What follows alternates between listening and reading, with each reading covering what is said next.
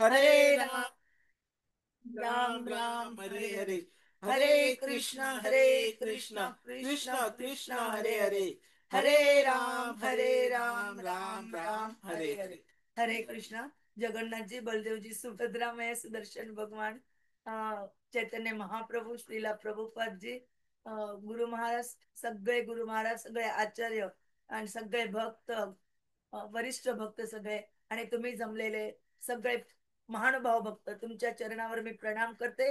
Please स्वीकार करा, कृपा करण्याच, कृपा वर्षाव करा, ताकि मी आजचा जो श्लोक आहे तो समजण्याची समजण्याचा मी प्रयत्न करणार आहे, आणि जेवढं मला समजेल ते मी तुम्हाला सांगण्याचा प्रयत्न करेन. तर आजचा आपला श्लोक आहे भगवद्गीता जशी आहे तशी, अध्याय 2, सांख्ययोग गीतेचे सार. श्लोक क्रमांक आहे 23. आपण वाचण्याचा प्रयत्न करूया. न एनं छिंदन्ति शस्त्राणि, न एनं छिन्दन्ति शस्त्राणि, न एनं दहति पावकः, न एनं दहति पावकः, न च एनं क्लेदयन्ति आपः, न च एनं क्लेदयन्ति आपः, न शोषयति मारुतः, न शोषयति मारुतः, न एनं छिन्दन्ति शस्त्राणि, न एनं छिन्दन्ति शस्त्राणि, न एनं दहति पावकः, न एनं दहति पावकः, न च एनं क्लेदयन्ति आपः, न च एनं क्लेदयन्ति आपः, न शोषयति मारुतः, न शोषयति मारुतः, न एनं छिन्दन्ति शस्त्राणि, न एनं दहति पावकः, न च एनं क्लेदयन्ति आपः, न शोषयति मारुतः.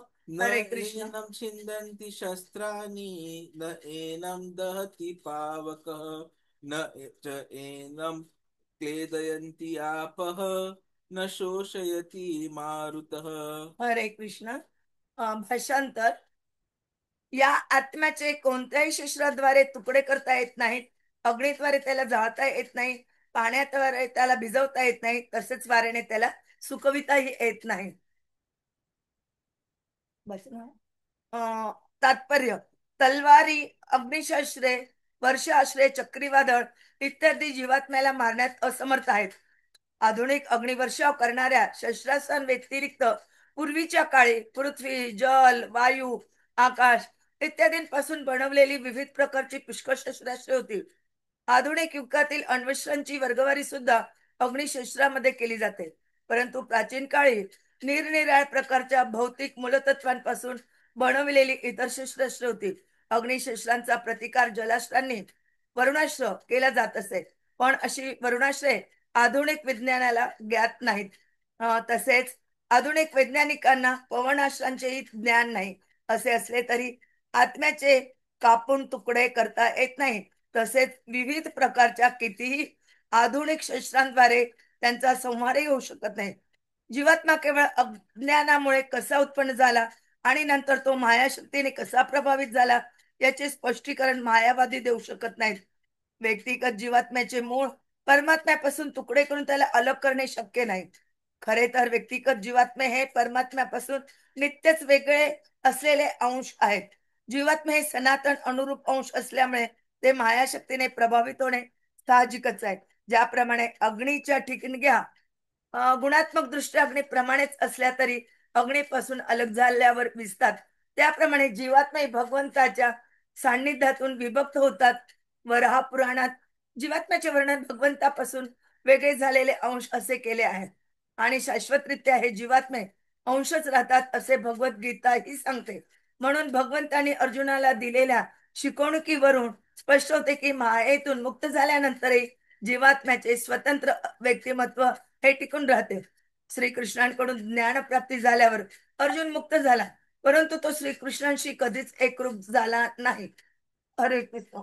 ओम अज्ञानतिमिरन्धस्य ज्ञानाञ्जनशलाकया चक्षुरुन्मिलितं येन तस्मै श्री गुरवे नमः.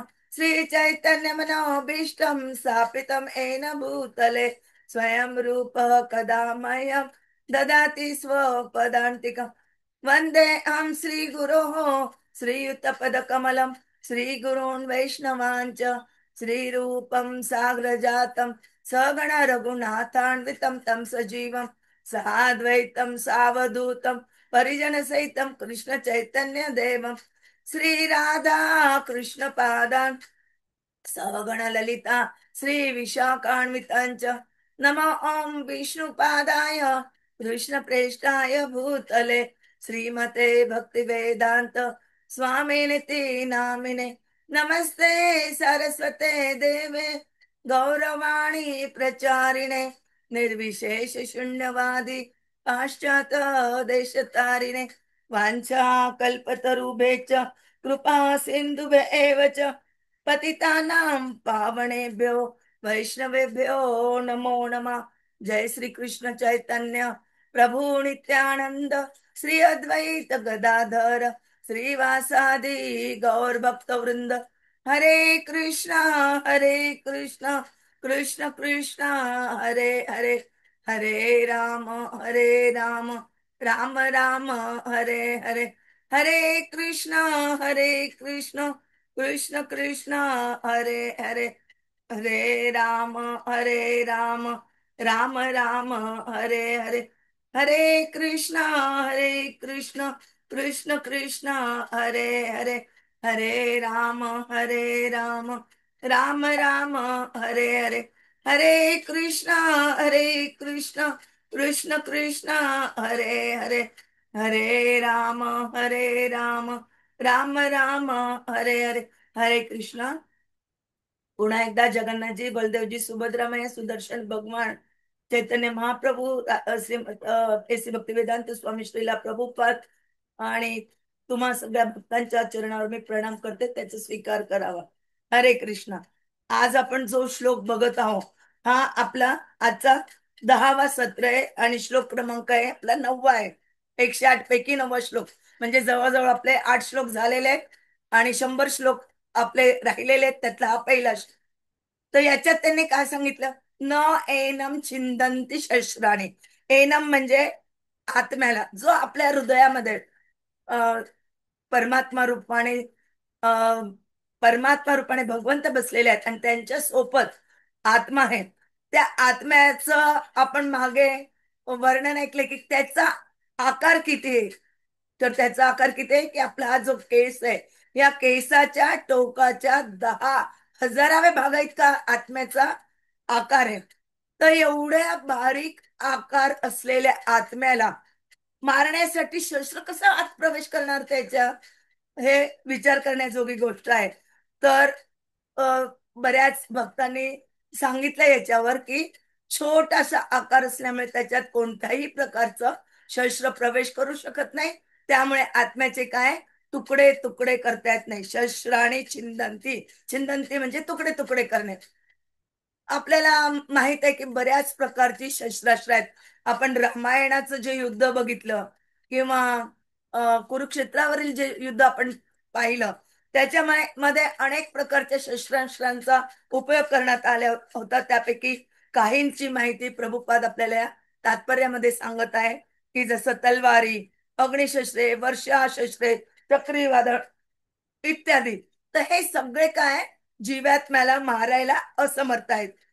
त्याच्यानंतर जर अग्निअस्त्र जर कोणी सोडला तर त्याला क्षमित करण्यासाठी वरुणास्त्र सोडलं जायचं।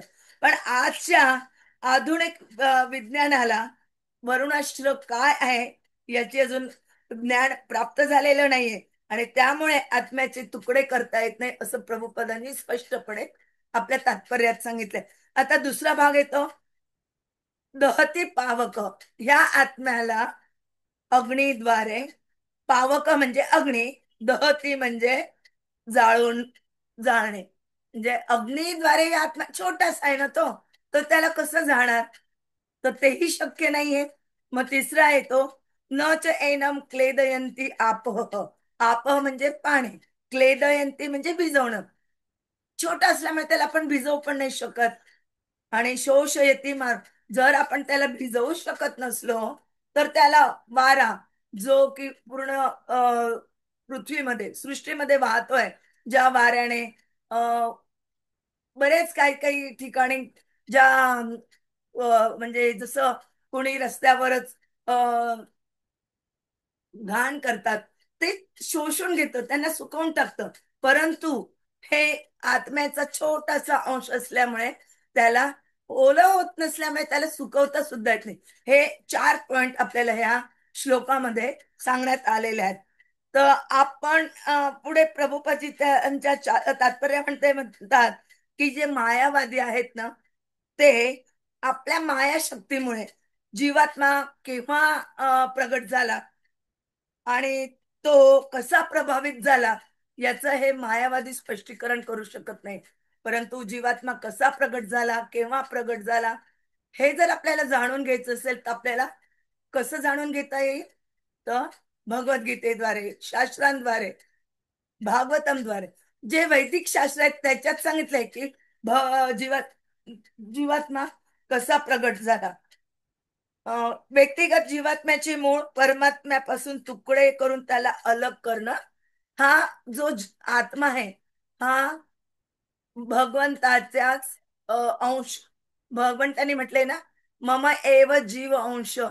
भगवंतानी सांगितले की सर्वे जे जीवात्मा आहेत ते माझे एक अंश आहेत.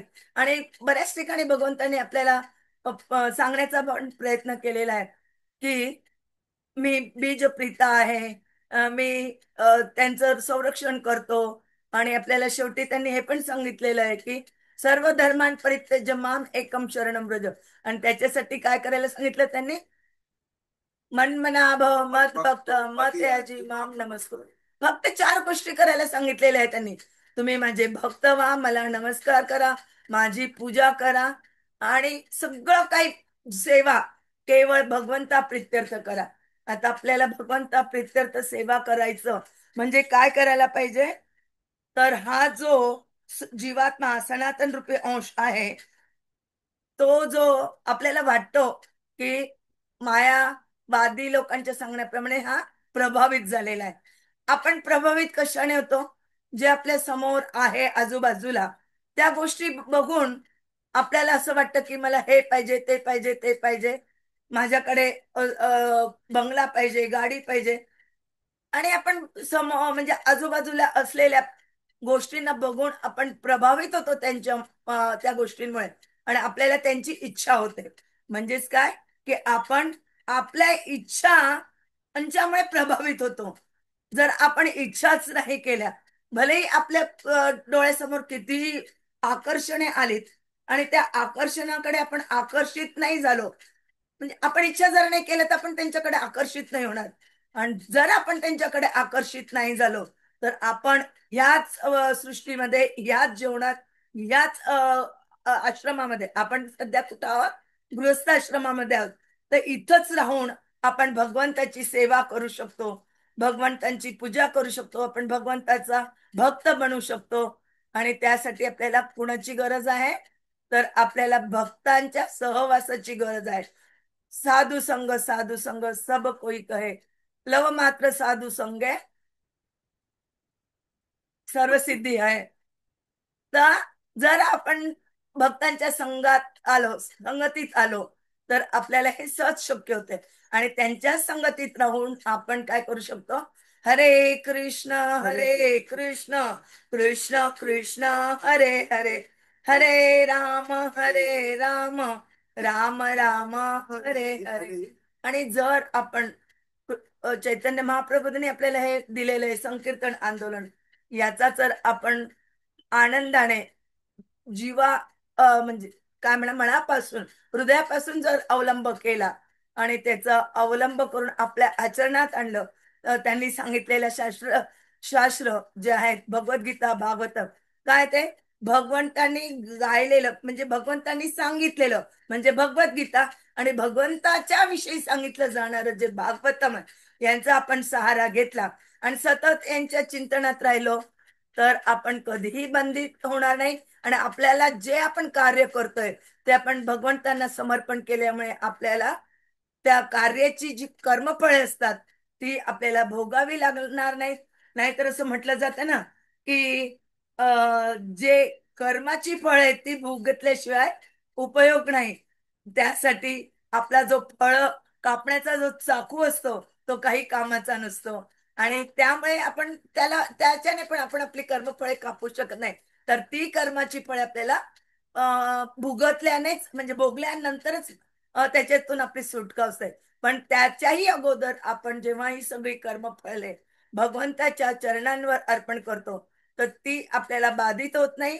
आपलं सगळं काही कार्य भगवत प्रित्यर्थ होतं. आणि भगवत प्रित्यर्थ झाल्यामुळे भगवान आपल्याला त्याच्यातून मुक्त करून आपल्या भक्तीमध्ये पुढे जाण्याच्या मार्गामध्ये जी जी काही संकट येतात, अडथळे येतात, काटे जे म्हणतो आपण, ती काटे बाजूला सारण्याचं काम भगवंत करतात व आपल्या मार्ग सोयीस्कर करून देतात, ताकी आपण त्यांच्यापर्यंत पोहोचाव.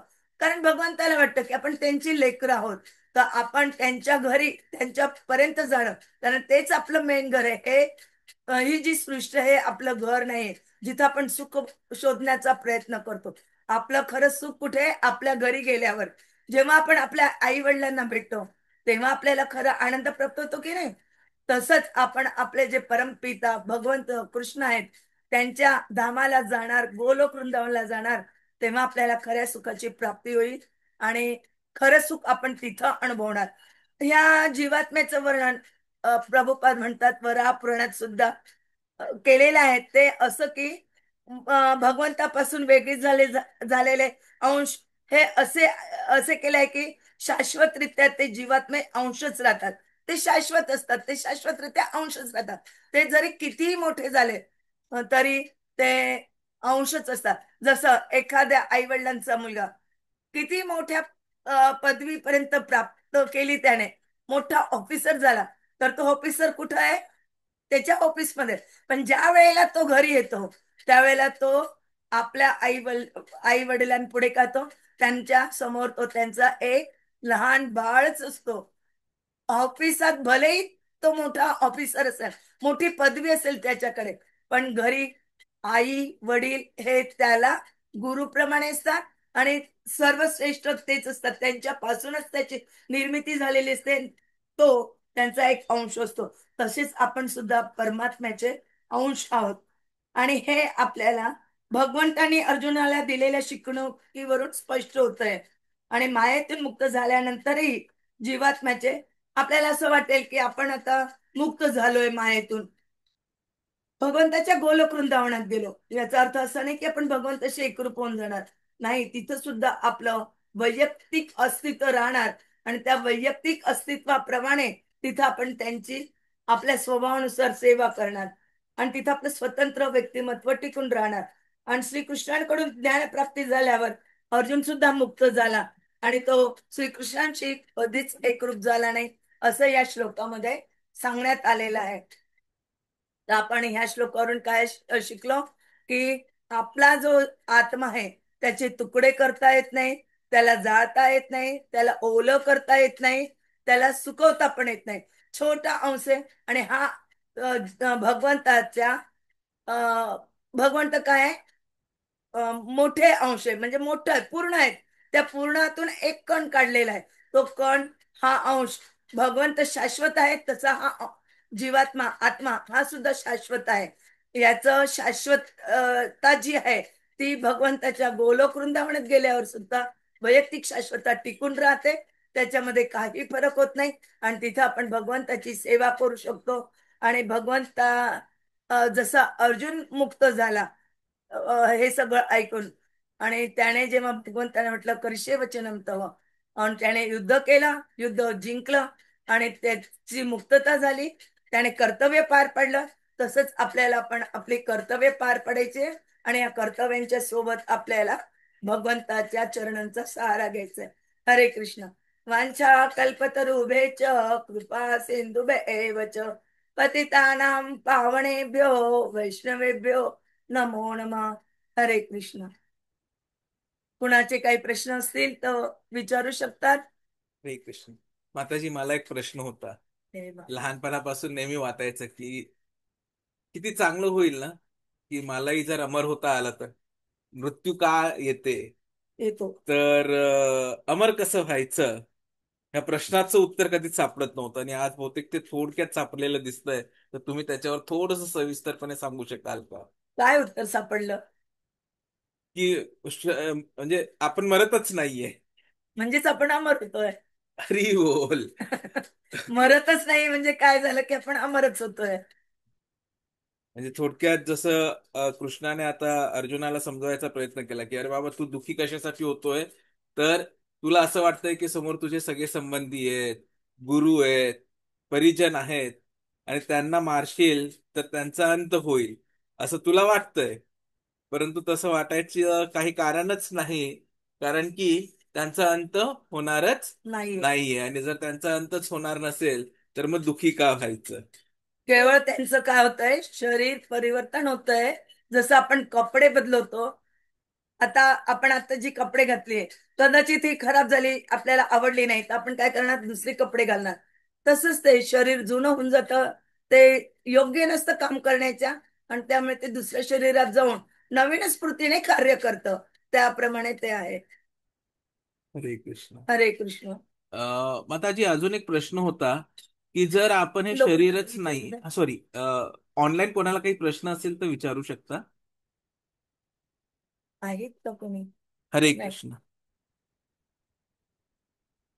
जर ऑनलाईन प्रश्न येतात तोपर्यंत एक प्रश्न इथे आलेला होता, तर तो प्रश्न मी विचारू इच्छितो हं. की जसं तुम्ही म्हणालात की आपण शरीरच नाही, आपण आत्मा आहोत.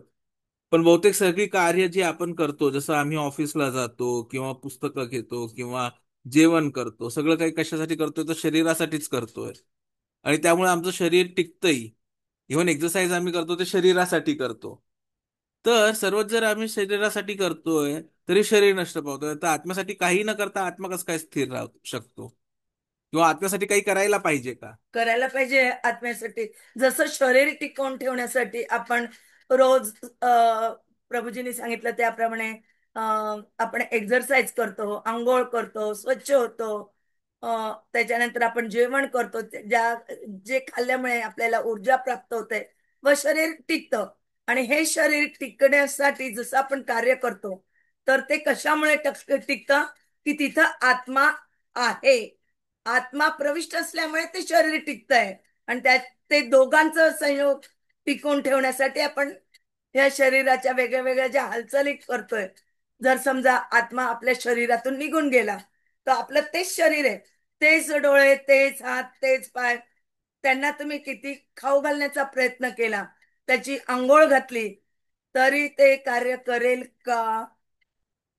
हरे कृष्ण. करेल का? नाही नाही, करणार ना करू ते नाही कार्य. शकत. तर ते कार्य करण्यासाठी कोणाची गरज आहे, तर आत्म्याची. आत्मा शरीरात आहे म्हणून ते शरीर कार्य करू शकते. तसं आपल्याला आत्म्याची पण भूक असते, तर ती भागवायची असेल तर आपल्याला म्हणजे आपण जे शास्त्रांमधून वाचलेलं आहे, त्याच्यामधून आपण शिकलेलं आहे की ते आत्म्याचं महत्वाचं जे अन्न आहे, ते म्हणजे भगवंताची शरणागती घेणं. आणि हरे कृष्ण हरे कृष्ण कृष्ण कृष्ण हरे हरे, हरे राम राम राम हरे हरे. तर हरे कृष्ण महामंत्राच्या जपाचं आपल्या जीवनात अवलंबन करणं, की हर एक प्रत्येक जो शब्द आहे, हरे कृष्ण आणि राम, यांचा अर्थ काय, की मला तुमच्या सेवेमध्ये घ्या. आपण प्रार्थना करतोय त्यांना, आणि ती प्रार्थना केल्यामुळे आपल्याला भगवंत त्यांच्या सेवेमध्ये घेताय. आणि मग आपलं यश. आत्मा सुदृढ राहतोय. आणि आपल्याला आपल्या इच्छेनुसार, कर्मानुसार जितक्या दिवसासाठी हे शरीर मिळालंय, तेवढेच दिवस आत्मा आपल्या त्या शरीरात राहणार आहेत. आत्मा हा शाश्वत आहे, शरीर शाश्वत नाही. हरे हरे कृष्ण. कृष्ण. खूप खूप धन्यवाद माताजी. अशीच आम्ही प्रार्थना करतो की आम्हाला आमचं हे जे आध्यात्मिकता आहे याची आम्हाला आठवण व्हावी, आणि जी अँझायटी आहे बहुतेक सगळ्यांमध्येच असते ती त्याद्वारे दूर व्हावी. कारण की यश अपयश हे या शरीराचं आहे, आत्म्याचं नाही.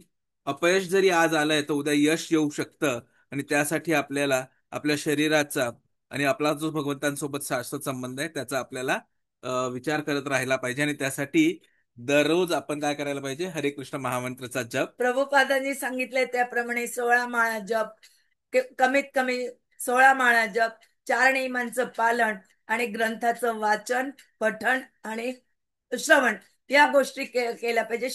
नवविधा जी भक्ती सांगितली जाते, जी अमरीश महाराजांनी केली, आणि अमरीश महाराजांनी नवविधा भक्तीच्या द्वारे दुर्वासा म्हणून इतके श्रेष्ठ योगी होते, तरी त्यांना हरवलं, आणि त्यांची भक्तीमुळे त्यांचं नाव आजपर्यंत अजरामर आहे.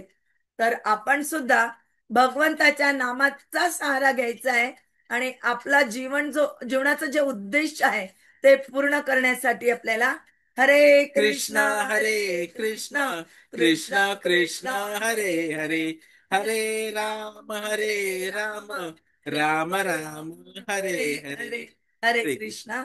हरे कृष्ण. खूप तुम्ही खूप धन्यवाद माताजी. ऐकलं त्याबद्दल तुमचं सगळ्यांचं आभार आहे. असंच दर रविवारी एकत्र होत जाऊ आपण, आणि भगवद्गीतेत जे आपल्याला सांगण्यात आलंय त्याचा आपण समजण्याचा प्रयत्न करूया, आणि ते आपल्या जीवनात कसं आपल्याला उतरवता येईल हे याचा पण आपण विचार करूया. हरे कृष्ण. हरे कृष्ण. आता आपण एक माळा